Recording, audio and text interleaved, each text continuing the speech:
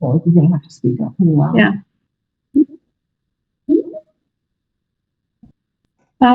Does this volume sound okay to you guys?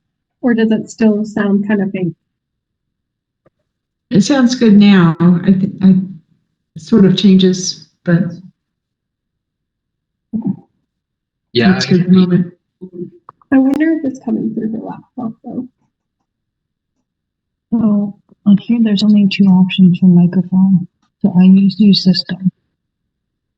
That system still points to this. They both point to the same thing. Do you know where the microphones are in this room? I do not. It's not that.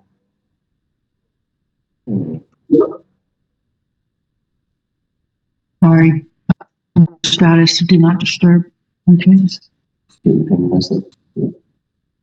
Sorry, we're just trying to figure out where the microphones are so we can make sure we're speaking loud enough. It's not that great. I don't see the ceiling ones. I feel like it's in the camera. Okay. There's little mic indications on it. Valerie, can we do a quick check with you? Can you tell us who you can hear the best? So this is Heather talking.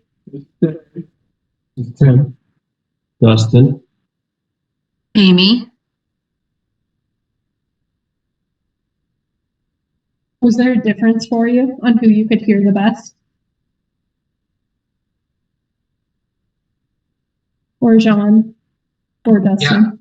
I think the sound is a lot crisper at the far end of the table, and much quieter over by the gentleman over here. Okay. Amy in the middle. We can speak up. I don't know how far the cords will go, but Well, at least. Yeah, we'll put it closer to Dustin for this first part. Okay. All right, so I think we're ready to start. It's time for my content. thank you for. Yes. Make it work for this meeting. Thank you. At least, Yeah. Something like Joe or something. okay. Let you know. Yeah. If there's anyone in mind or anything. Okay. Thank you. Yeah, absolutely. All right, let's go ahead and start the meeting. First order of business is to do the approval of minutes. Everybody's gotten the minutes. Any comments, changes, etc.? If not, I'll take a motion to approve the minutes. Sure. All right. Tim moves. Anybody want to approve? Oh, I thought there was approval in the room. No, just a move. You want to approve it, Valerie? Sure. I so move. All right, so the minutes are approved. We're going to turn it over to Heather. Her one hobby is over for the year. Yes, my one hobby. The 2024 external audit is officially wrapped up as of June 30th. Thank goodness we were able to issue on time, not have to extend anything, or the last thing we left off on was Human Services was reconciling something out just to make sure the auditors were comfortable with it. They were good with that reconciliation. It turns out that the process they have was working, but now going forward, they will do a reconciliation of that account every single year. I think they're trying to look at how to get that more frequently. And so we're meeting with them in August to go over those process improvements, just so that we can help support that process and to make sure that Heather and my teams are comfortable with it and make sure we fully understand it, just so that when it comes audit time, we know exactly what's going on. But the auditors were happy with the reconciliation, and therefore we were able to issue on June 30th. So what made it so difficult for them? So they have funds that go through the state every year, and they don't know exactly the proportion of the state versus the federal funds until the state tells them at the end of the year. And so what they're reporting in Workday, they track all the funds coming in, but then by the time they do the end of the year, they're really relying on this one report to tell them. And so there's a lot of reconciliation in the system itself that helps them with that process. And so it was just part of that reconciliation process that they had to prove out that their numbers in Workday were valid. And it's just very, like, there's a lot of programs that go through that. I don't know, Heather, if you have anything else you want to add. Yeah, I guess I feel like one of the things that we learned is that there's some money that is paid directly to providers on a card. What was that card? The EBT card. Yeah, the EBT card. And so that money is, some of that money is actually reported on that, what Heather was talking about, that state, but actually some of it's just considered a pass-through and it's not. And so Human Services kind of had to say, okay, this is the money that's on the report and we know it, and this is the money that's just a pass-through. And it was definitely, they see so much going through, so much activity. So it wasn't easy, but they seem to know. They just had never had to kind of get to that level of detail to show the auditors before, or that they hadn't at least anytime recently. So is there a formal feedback process from the county to the state on things like this that impact our ability to, finish our audit and provide all the information to our auditors? Is there a formal letter that goes to the state or something that documents how difficult this is and it's impacting timing and the ability for us to meet the June 30th deadline? Is there anything like that going on? The state's very aware of that. There's always issues around this arena. We would have to bring in Gina Sagan to kind of talk more about that. She is the director over budget and finance, I believe, in the Human Services arena. But we could definitely ask her to prepare just like a 20-minute presentation on kind of the struggles they have around that and the reporting. I think that would be actually helpful because me and Heather are meeting with them next month anyways to kind of start going through that, because it is one of the issues. And it's definitely not just Jefferson County, it's all the other counties too. And the auditors are very aware that everybody kind of struggles with like that fine line of when they get the information from the state and how quickly we can turn it around. Not to say there isn't room for improvement there on process improvement. So I'm thinking not just this particular issue, but just issues like that in general, where we're relying upon information coming from the state in order to fulfill our responsibility to do our audit on financial statements and programs.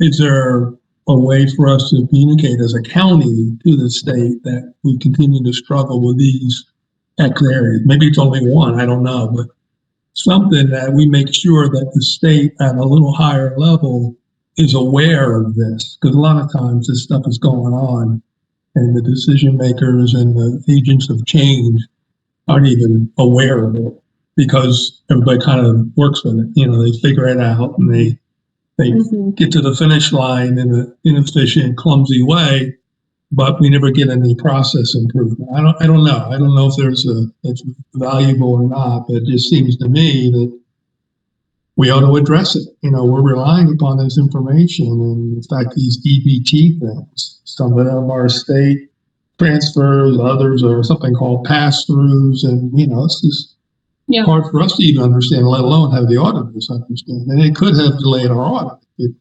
or created a finding. Probably more likely, it created a finding. Yeah. So that's just something, I don't know if there's a way to do that, whether there's any sort of ongoing feedback mechanism between the county and the state about these kind of things. Yeah, I will definitely follow up with Gina and talk to her about that. Okay. Well, I'm glad we got it resolved. Yeah. And then attached with the packet that Amy sent out is just your final report to the Board of County Commissioners, Audit Committee and Management that Forbes prepares every year. That just goes through the scope of the audit and all of their findings. We won't go through the whole thing. Overall, it was a great audit. We're on our first year of no material weaknesses. So that means, if we have one more clean year, then we would go to a low risk auditee, which is our goal. Well, again, I've mentioned this last meeting, but I'll mention it again. Tremendous job by you guys on the finance team and the auditors both, and the people in the operational groups who provide the information and really are stepping up. Compare this audit cycle to the first one I was involved in. It's night and day, in terms of obvious capability for the process, for the team here, for the auditors. So you guys should feel really good about this as you get ready to go into the next one. But it's a job very well done. Thank you. Does it feel like that to you? Yeah, it feels like I think we've really been working, especially Heather and her team have really been working with the departments one-on-one. And I think getting them to really buy into the deadlines and just be fully aware of the impacts that when they delay their work, how it impacts us. I think that's been tremendous. We got a new tool for helping us prepare the act for this year. That was really helpful. And I just think overall it's been more cohesive project and working with all the departments and just our team. I feel like haven't had huge turnover or anything. We're kind of settling in, which is allowing us to get those process improvements that we've always known we needed to do, but actually do them so that even if we do have big turnover in a year, we wouldn't anticipate, kind of the struggles we had these last couple of years. So, does Dan now as CFO or Joe send a email out to the management teams, thanking them for their participation in the successful audit? Yeah, Dan definitely reached out to different departments and just thanked them for, their reference the fact we have no material weaknesses, audit was done in time. Yeah. A few issues to resolve, but highly successful. Yeah. And it's important feedback too. Yeah, I think it was both successful on the financial statement audit side with our team and then also the single audit side. This was a big year. Human Services, I think alone had 7 programs. That's a lot to ask from the same teams. And so, yes, that was communicated. All right. Okay. Dustin, Kathy, Valerie, anything that you want to add? Or any questions you had on the wrap up of the audit? No questions. Great job. Good outcome. Thank you. Nothing from me.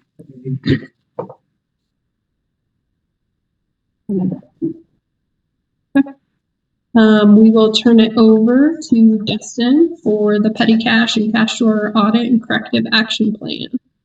Okay, can everyone hear me? They can. I saw head nod. Okay, good. So everyone should have received Amy's packet. The final internal audit report for the petty cash and cash drawer audit was attached. So the main addition to this report was page 45, which shows a table, very high level table of the corrective action plans for each division. All divisions and departments were in agreement for all their findings. So it talks about division finding, the division agreement, responsible party, the expected completion date, and the corrective action. So what I'm going to do now is present over the corrective action plans in more detail to kind of give you an idea of where each division or department is at in their corrective action plans. Amy, can you start the presentation? 21. At the PowerPoint. Try to get through a couple pages first. Awesome. Alrighty. So I'll be walking you through the corrective action plans developed in response to the petty cash and cash drawer audit. This presentation focuses on how departments and divisions responded, what changes are underway, and how we'll track progress going forward. It'll be the same slide. Corrective action plans are a crucial part of the audit lifecycle. All right. All right. They ensure that audit findings aren't just documented, they're addressed in a timely, structured way. The goal is not only to fix what was found, but to build stronger internal controls, support accountability, and create a clear roadmap. Each division's corrective action plan supports ongoing monitoring efforts and strengthens overall financial integrity. One of the most significant findings was the outdated county-wide cash handling policy. The current version dates back to 2019 and doesn't fully reflect today's risks, technologies, or operational needs. As a result, we're launching a formal policy review in collaboration with Strategy, Innovation, and Finance and other stakeholders. Our goal is to complete this update by Q4 of this year with stakeholder input and alignment with internal audit standards. Now we'll move on to the division-specific corrective action plan summaries. Each of these slides follows a consistent format. I'll cover the audit findings, the division's response, the responsible party, and their target completion date. Let's start with Human Services. In Human Services, the key findings were around emergency disbursement processes and changes to petty cash limits. The division is now formalizing those disbursement approvals and documenting the revised petty cash limit. The division accounting supervisor is leading this effort with the target completion of August of 2025. So I'll be following up with him on that one. Motor vehicle had multiple control gaps, including outdated contracts, a lack of segregation of duties, and weak deposit procedures. The response includes updating the cash handling contract, implementing access logs, and formalizing deposit schedules. Their management team is targeting completion by the end of this month. So follow up then as well, see where they're at. The Nevada Library, we found gaps in policies related to dual verification, surprise counts, and access controls.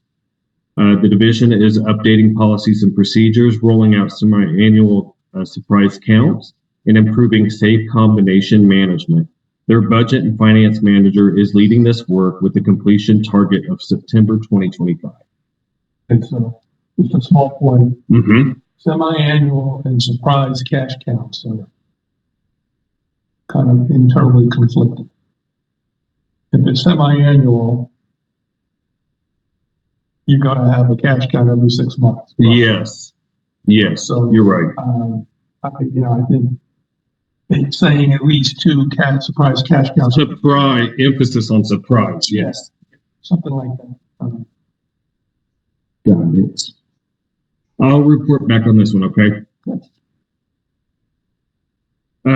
Justice Services faces issues with segregation of duties, lack of access logs, and infrequent updates to safe combinations. They are responding by splitting responsibilities across staff, logging access to funds, and ensuring annual updates to lock combinations. The administrative coordinator is responsible with the target date of August of 2025. So this is the supporting reports. Pre-trial service fees. Okay. In most of these, like I mentioned, I know we hear petty cash and we freak out a little bit. We all do. But most of this were cash drawers for things like this, pre-trial service fees and public health. Though on this next slide, they did have a $400 petty cash. We'll go to the next one. Awesome. Public health had 2 straightforward findings. The lockbox was left unlocked, and the only person who had access to the funds was the WIC supervisor. The division acted quickly to correct this. The box is now secured, access logs are maintained, and a backup custodian has been assigned. The WIC supervisor implemented these changes, and the issue is considered resolved as of March 2025. That was pretty good. The treasurer's office lacked formal training, had no surprise cash counts, and did not maintain access logs or update lock combinations. Their response includes a new training program, regular surprise counts, and improved access tracking. The Deputy Treasurer Accounting Manager is overseeing implementation with an expected completion by October 2025. And in the records division in the sheriff's office, issues included a lack of documented training, policy review cycles, and secure access controls. They are responding with annual policy reviews, formalized training, centralized access logs, and scheduled combination changes. The records supervisor is responsible, and completion is expected in September of 2025. So across all divisions, we've seen some consistent themes. First, everyone is working to strengthen and document their policies and procedures.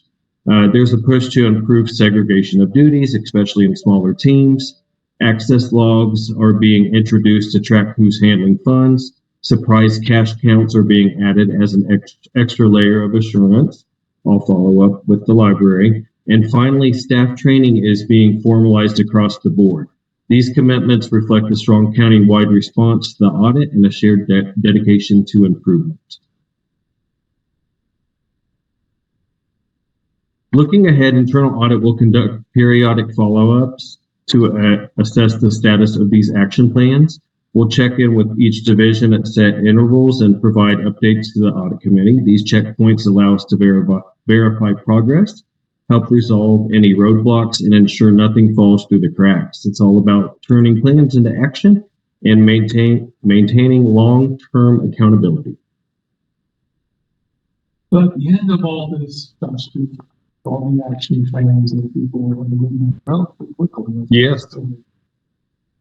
Is there any way for anybody to be able to steal money and get away with it for any period of time? That's kind of the question to ask these new processes. If somebody had evil in their mind, could they steal money and get away with it for a while until they were detected? This is not about protecting large amounts of money. It's about protecting people from being tempted to steal money and getting fired. And putting a black eye on the account. So that's at the end of this. Is there any way for anybody to do that and get away with it for some period of time? I feel like it, even after this audit with the added internal controls, I think that they're very strong. However, there's always a possibility. I don't like that. I'm with you with the petty cash. Obviously, there's a need in some of these divisions and departments, but yeah, there's always an opportunity to do that. But with the audit, I feel like it has strengthened their internal controls. I mean, internal control, you can never prevent collusion. Right. Internal control system that prevents collusion. But detection may take some time. Yeah. You have detection in place to know that this has happened soon enough. That's the question. It's an ongoing question, not a question that you can answer today or any day.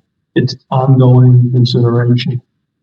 Yeah. You almost need a thief to go in and take a look at how to break the system. Exactly. I will tell you. Why'd you look at Tim when you said that? Because I know Tim's probably wanting to say something too. So, Yeah, we can talk about things.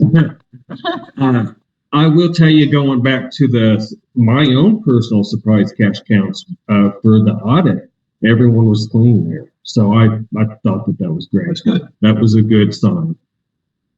So Now, are you made aware of turnover in key positions in each of these units? If somebody should be leaving, if somebody new is given this responsibility, do we know something about I need to make note of because. Yeah, we don't really, because we always have this fine balance of centralized versus decentralized functions.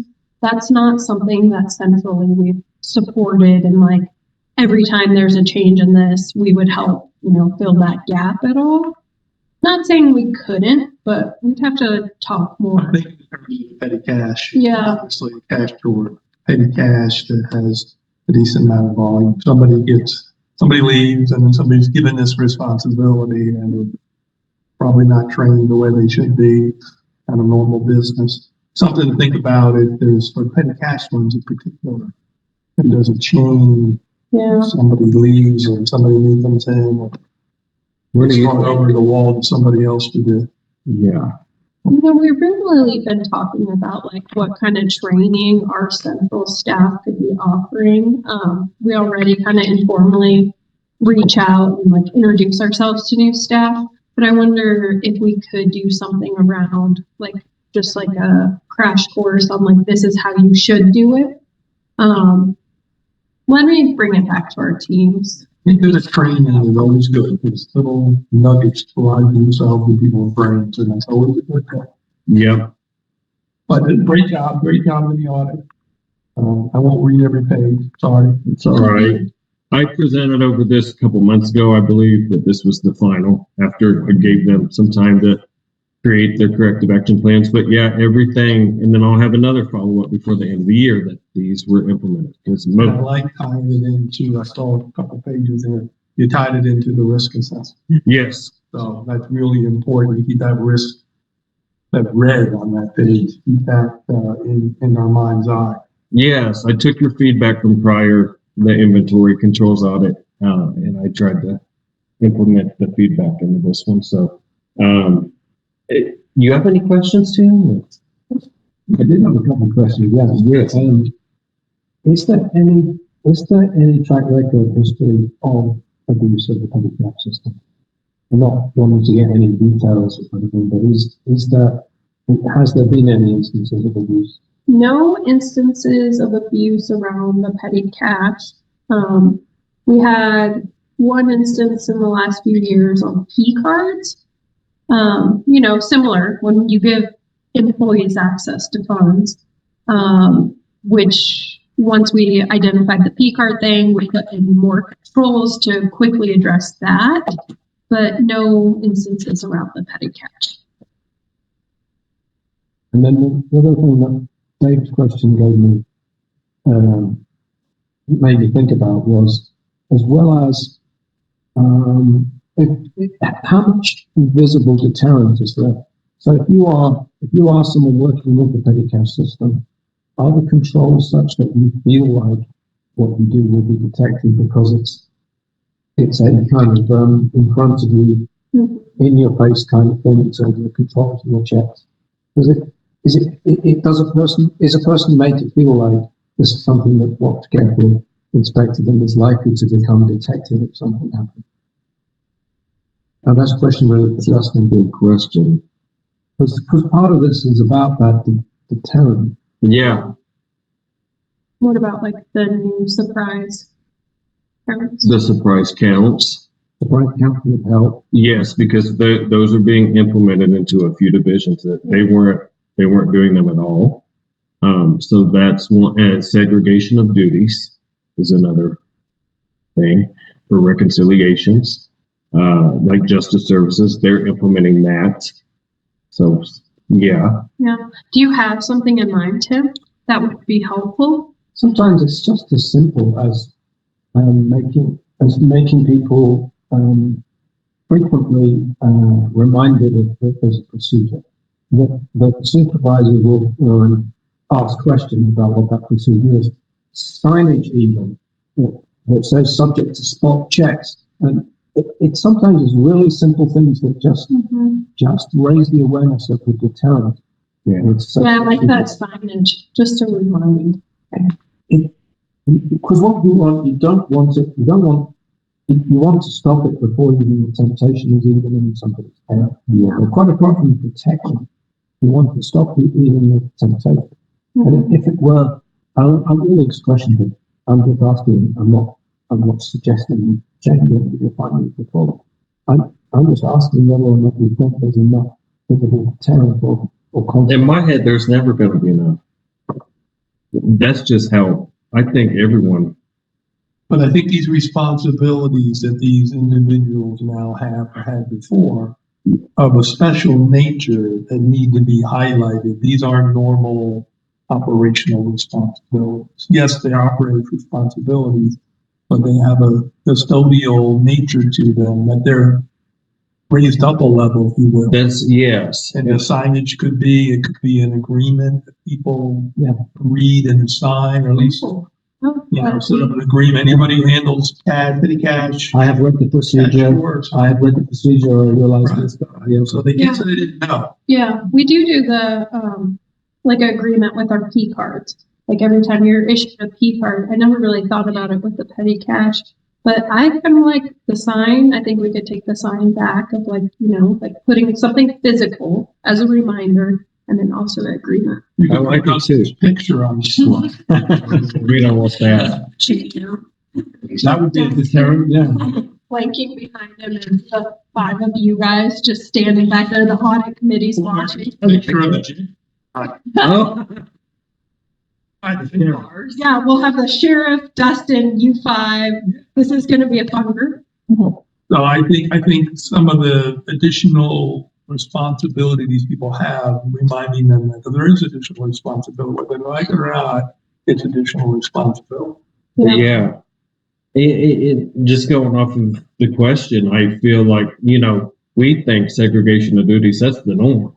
But like, obviously not. Well, they have small staff, so. Yeah. So, they got lots of but there's, priorities, so yep, You gotta come up with something that works for them. Sometimes they don't even know, to your point, they don't even know what collusion Right. is. But yeah, so they're just trying to work it as a small team. But yeah. anyway, well done with all of this. Oh, thank you. Thank you for everyone's It guidance. was very thorough. Thank you. Oh, yeah, I wanted to ensure that it was. I appreciate that. Anything else? Not for me. Okay, Valerie, Dustin, or Kathy? They heard me, right, on this? Yeah, we got thumbs up from Valerie. Okay, good. Thank you. So all these, cash drawers and petty cash funds are locked up now. Yes. So the only one, when I did my surprise counts at the public health, the drawer wasn't locked. And then the drawer, but it was $400. It's not like it was like 3,000 or something, but it doesn't matter. She quickly got that resolved. You'd be amazed what people would steal, a little bit of money. Mhm. Steal. Yep. If they Do it lose over their a long job. enough period. Yeah, Mm-hmm. we're gonna know. Yeah, I agree. Okay, good job. I must admit, Thank you. It surprised me. I was in DMV the other day, and I was just watching how many transactions are taking place in cash. It's just surprising how much of that there is still. Mhm. It's not small Yeah. amounts either. You're paying your property tax, it's $1,100, $1,200 on a new car. Well, there's a lot of money there, yeah, for sure. Yeah, so it's important stuff. Well, Yeah, well, thank you. So can I go ahead and say August committee? August audit committee meeting, I plan on presenting the P card and elected officials reimbursement.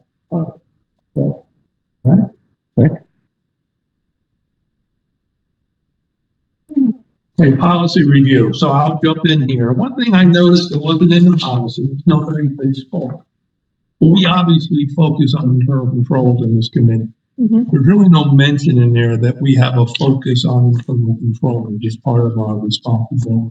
And quite frankly, before I became chairman, we really didn't focus on it. So I think we need to have some sort of reference in there that we're not only working with the auditors and the internal team on the audits, but we're also continuously focused on internal controls and improvement in internal controls. Obviously, Dustin's role in this is primary.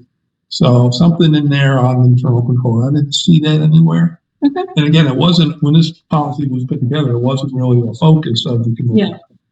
Yeah. It is now. Yep, we can definitely, I can revise it for that. I thought I saw it while you were scrolling, but Well, I didn't see it, maybe I missed it. I do see right here, I just see the, it just stuck out at me right there. All right, so Heather 2 found it on the second page, In the middle of the page. middle of the page. reviewing analysis performed by an internal, that piece. Mm-hmm. there it is, identifying issues of risk and recommending areas for future review and audit of internal controls. Oh, yeah. Yeah, kind of those two. Okay. Are we going to the point that you made earlier about the new committee and the retained funds? Are we going to be asked to give oversight to the audit that is defined by that? Yeah, I want to talk about that now. Monday, I attended the meeting to kind of kick off we call it the BRAC committee. I don't remember what BRAC stands for. Maybe you will know. Budget Retention Advisory Committee. Okay. So that was, it was mentioned in the actual ballot initiative that there would be a committee of citizens Yep. designed to monitor that process, and then there would be an internal audit of successful completion of the process. As we went through the meeting, we went through the process of appointing the chair of the committee and a vice chair, which I'm neither, by choice. Who is the chair of staff? It is Conaway, Diane Conaway, and I forget who the vice chair is. Vice Chair is Jeannie. Jeannie Russell. She's from the Budget Advisory Committee, so he's very engaged, which is good. And she's knowledgeable about the internal. Yeah. So I think we're fine there. It was clear to me that what way it was anticipated this committee would operate, which I had some problem with, and Jim Dale has some problem, the chairman of the budget committee, problem with. We were kind of behind the elephant, cleaning it up at the end rather than getting in front. We weren't designed to be involved in any of the upfront evaluations of the projects that are proposed to utilize this money. That was coming through in the normal budget process. Mhm. So the packages or business case, whatever Dan's, the budget team, Mike Smith, I guess, is now in charge of that. They're going through the normal process they do for the budget. And then anybody wants to try to tap into this money, they've got to present a business case discrete to their use of that money, in addition to their normal budget submissions. There were something like 77 projects proposed that were proposed to use some of this money. So they're doing that process as part of the budget process. In advance of that, there's some money's already been approved because it's for wildfire mitigations, which will likely be spent this year. So our audit issue and our oversight will kick in for 2025. Yeah. But my guess is most of it will be a 2026 spend. Yeah. But we weren't at that point going to be involved, except whatever happened, we would keep an eye on it and figure out, make sure it fit into the buckets of public safety, and there's also bucket for the infrastructure, roads, that kind of thing. But I think what we're going to push for is these 77 projects, if they make it past the initial screening process by the Mike Smith team, we're going to want to take a look at them and make sure we agree it's part of that about 1A classification. And in addition to the normal business people, we as the oversight committee should look and make sure, yeah, we agree that it's under the definition laid out in 1A. And then we would monitor the actual spend against that. Whatever projects were approved, we would monitor and make sure what was being spent against that. Yeah, it made sense. It was a third party that helps with wildfire mitigation, or a third party that helps with mental health, or whatever the spend is, which would encompass procurement, purchase orders, and projects and things of that nature. We would keep an eye on that as well. Now, I'm not sure management is necessarily in agreement with that involvement. I think they'd like to have us be more of a, at the end of the process, rubber stamp kind of thing. Yeah. I don't think we have any interest in that. I know I don't have any interest in that. I know Jim doesn't have any interest in that. So it would be interesting to see how this develops, because, I think our oversight is a lot more than I think what was originally anticipated. And certainly the auditors, and this is where I think you need to take a look at, is this something they can incorporate in their normal audit Yeah. as part of their operational audit, internal control audit, whatever, without having to have a special audit or additional money we got to spend on this thing to keep an eye on this. So the way we've interpreted the audit piece is it actually is a separate, we worked with our county attorney's office as well, just to make sure. But we want to go to our current auditors with a scope of work of exactly what we want that to look at. And I think that's why we were waiting for BRAC to come together, is that you guys will address what does this language really mean with our county attorney's office.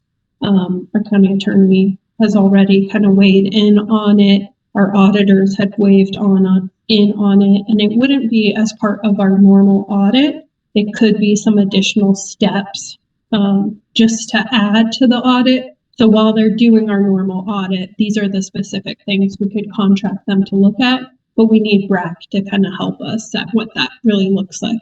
So why wouldn't this just be part of the normal? The language, how I want to speak for myself right now, just because it's still uncertain what this looks like. But when I look at the ballot language, we have an audit. To me, it reads that we're auditing how the funds were spent, and that it's in compliance with that, how we have identified for transportation and safety.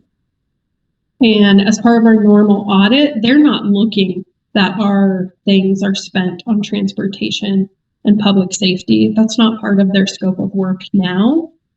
That's why our single audits are all separate audits that we engage them for, and we're charged for each individual single audit because they specifically are looking at that scope to make sure that's allowable. Whereas the overall audit is making sure that, we aren't breaking any huge rules, but not looking at specifically how we're spending it per fund. They don't dig into are you spending your road and bridge fund exactly how you're supposed to spend it due to all state statutes. They're just making sure in general, they don't find any fraud or any compliance errors, but they're not going to each fund. And so it would be additional scope of work. The way I think about it, and correct me if this is over simple, is today's audit that we oversee is about compliance and regulation governance. It's not about decision making, executive decision making or project selection. Right? They're not considering that. Yeah. Whereas this requires that. This new area requires that check on selection and decision making. Yes. Due procedure on prioritization and things like that, which is not currently the style of the current audit, right? Yeah. So that's how I look at it. And I can see why I just personally can see why that would be a separate thing. The two things could get quite confusing if you combine them. You could still have the same people do it. Right? Well, I think you want to have the same people. Yeah. Because they've got systems. Yeah. All right, so we're talking additional money that the county's going to have to spend on audit this year. So it would seem to me, question becomes, is that something we just suck up? Or is that something to be funded by the BRAC money? That's a great question that I will not respond to. I'm not sure how that works. Question we will recommend to management, to Dan in particular. Yeah, Dan, and with guidance from our county attorney's office on how they interpret. There is, Jean, I don't know if you want to step in at any point for this, but when they interpret how the ballot language was written, what was allowable for that ballot language, because we just want to make sure we're following that so that we can, present that to BRAC, that we can present that for auditors to come in and look at. But I think there is some oversight. I'm sorry, what's the word? Like the overhead that we could charge to it, I think. But I'm not in that arena as much as Mike Smith and Dan Cock. There's also a circular argument. If as David is saying, that there's a tension about the stage in which the advice of BRAC in terms of project selection takes place, then they also, if we can resolve that they're actually going to have a voice in the project selection, then the oversight of the audit goes alongside that. My guess is, if not, then it's almost pointless. My guess is we won't have a say in which projects get put forward, approved, and spend money. But we will have a say if we find somebody's, using it as a slush fund and spending on things they shouldn't spend it on. Yeah. I'm hoping we'll have enough visibility to be able to say, wait a minute, why are you doing this? This is not what was contemplated in the business case, nor does it fit into. I worry about being a finance guy. I'm very skeptical about operational people. They don't look at this as a little slush fund that they can go get operational stuff, funded by this extra, what was 50? How do you know the number? They didn't tell us the number the other day.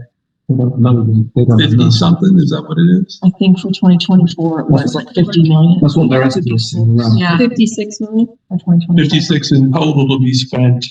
That's for 2024, what would have been retained. Right, but that's out there available to be spent, and Yeah. who knows for 2025, we don't know that number yet, okay.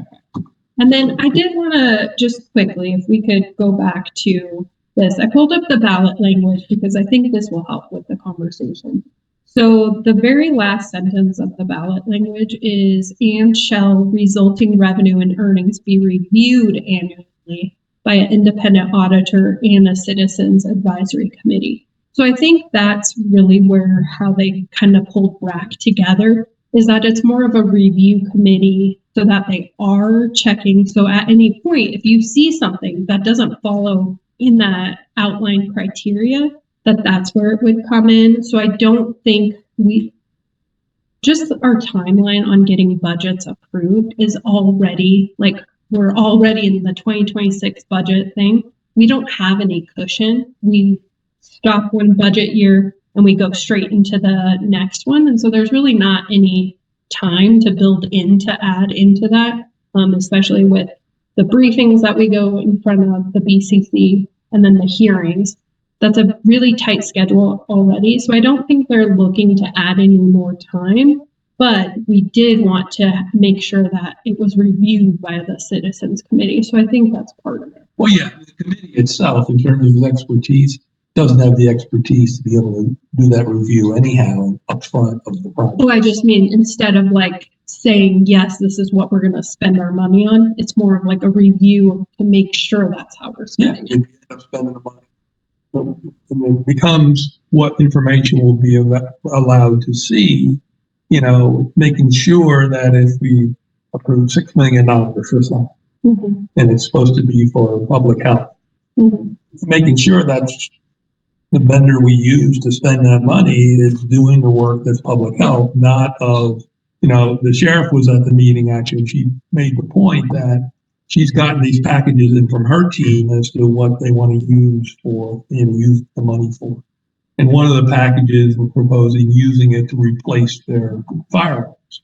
And she basically made the point, I pushed back, said, no, that's not what this is for. That's operational, that's normal operational stuff. Yeah, we probably need to replace the firearms.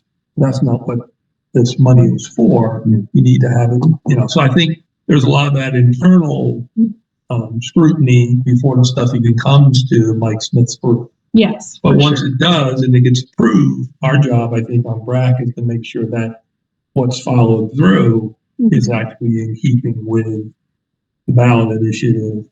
And then the audit, whatever the audit ends up being, is also looking at that to make sure that's what happened.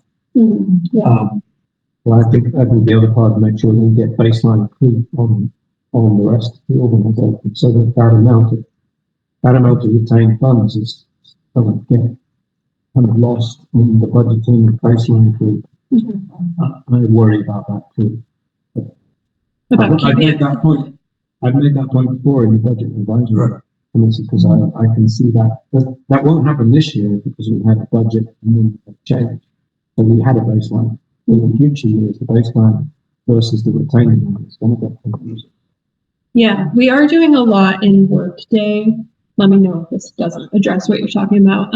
In Workday, we're actually putting work tags on it so that we can clearly carve out this amount so that doesn't happen. We see exactly, and it doesn't just fall in, and then we just kind of, oh, well, that happened. But now it's very called out that you can see exactly what's in there and what's being spent against it. And again, this year, that should be, quote, easy.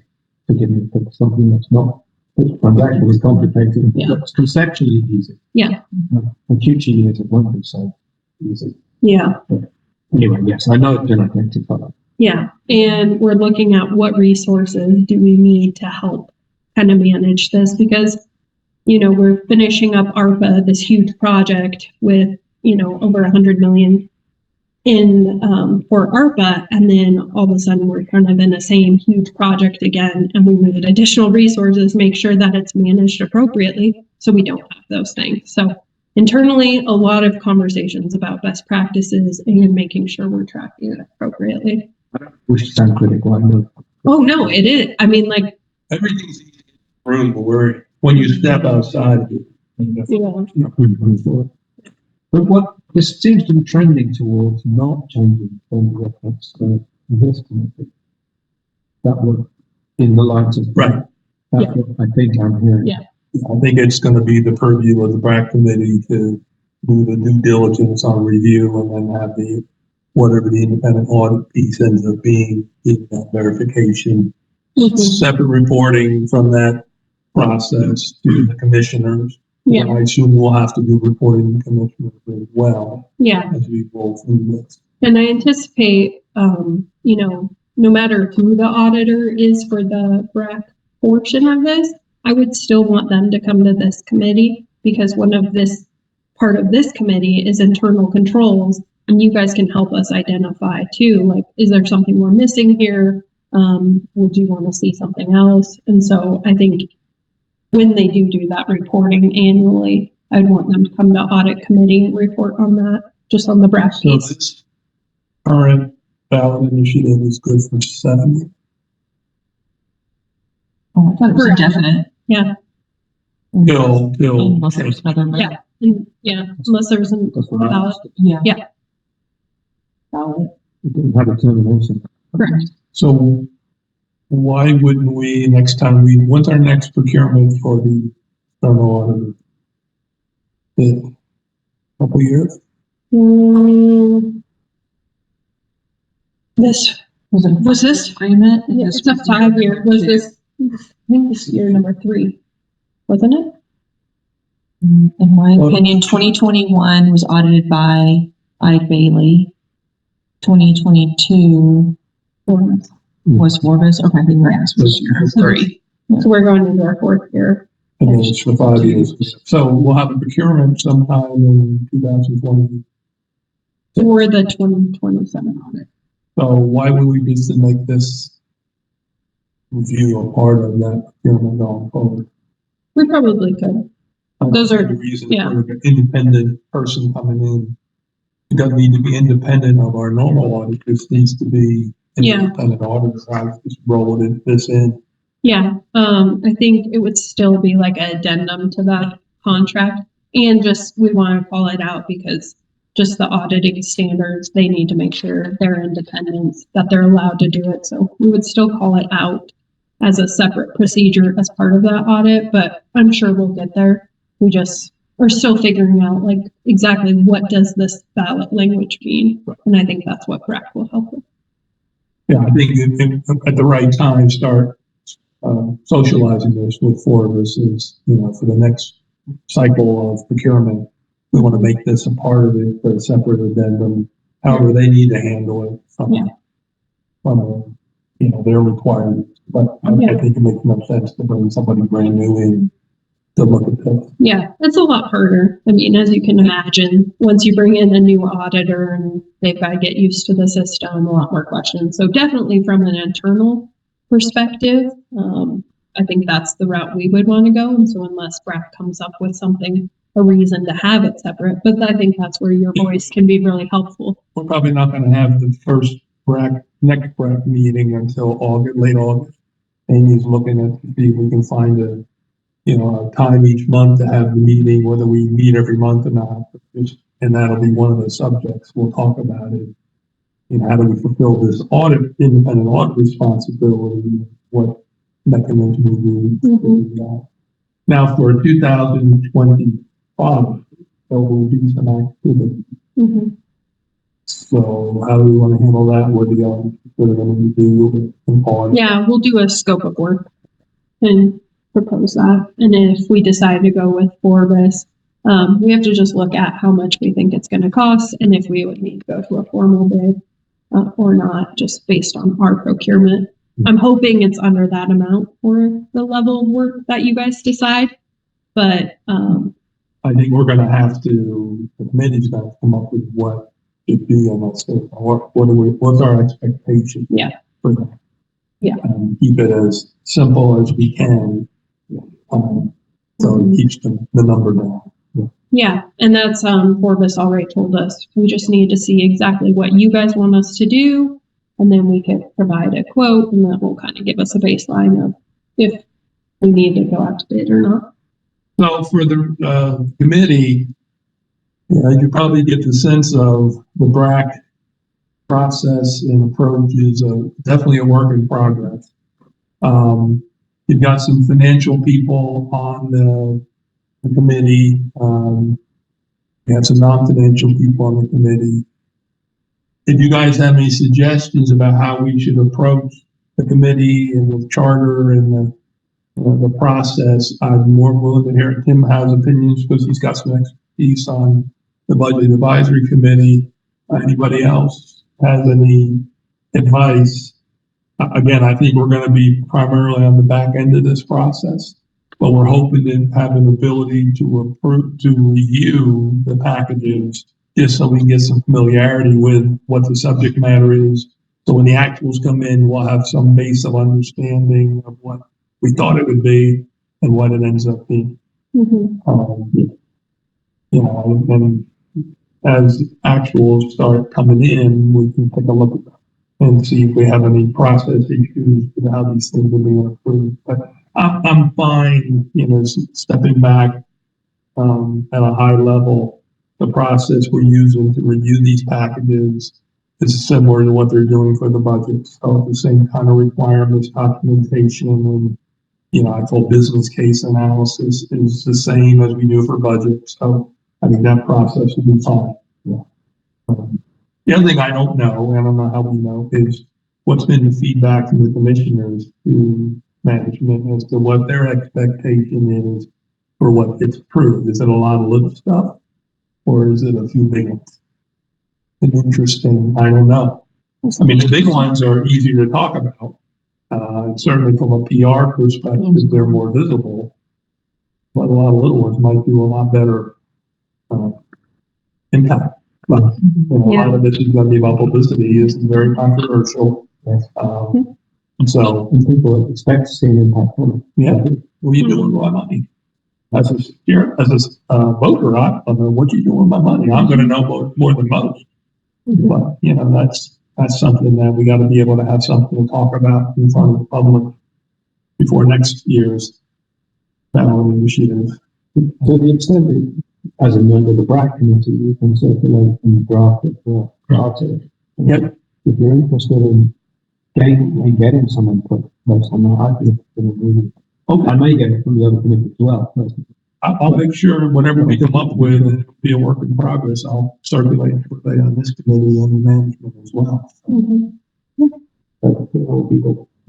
Yeah, I think that's helpful. I mean, I think we've got a lot to undertake with this new project, and it's really just building it as we go. And so we are looking for feedback on things. We don't want to miss anything here.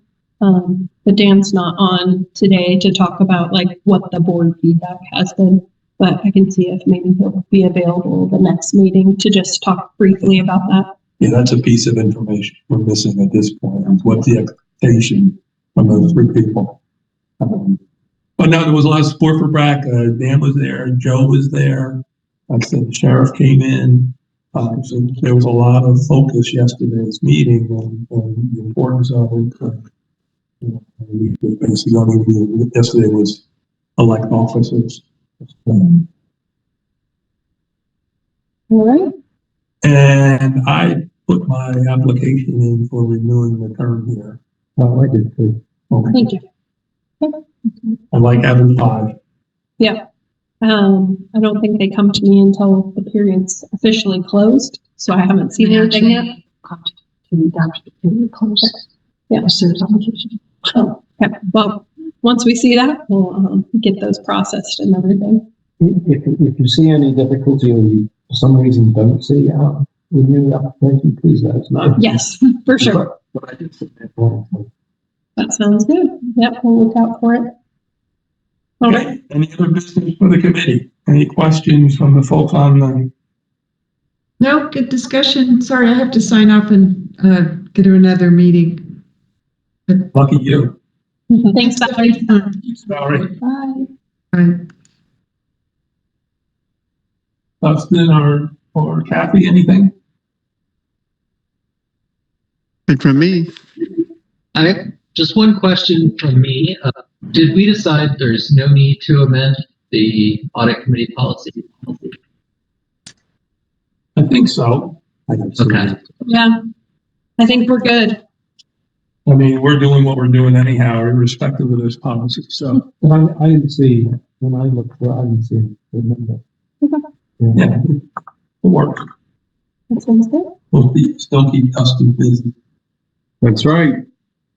All right, that sounds like everything for the day. Thank you all. Sure. Next time.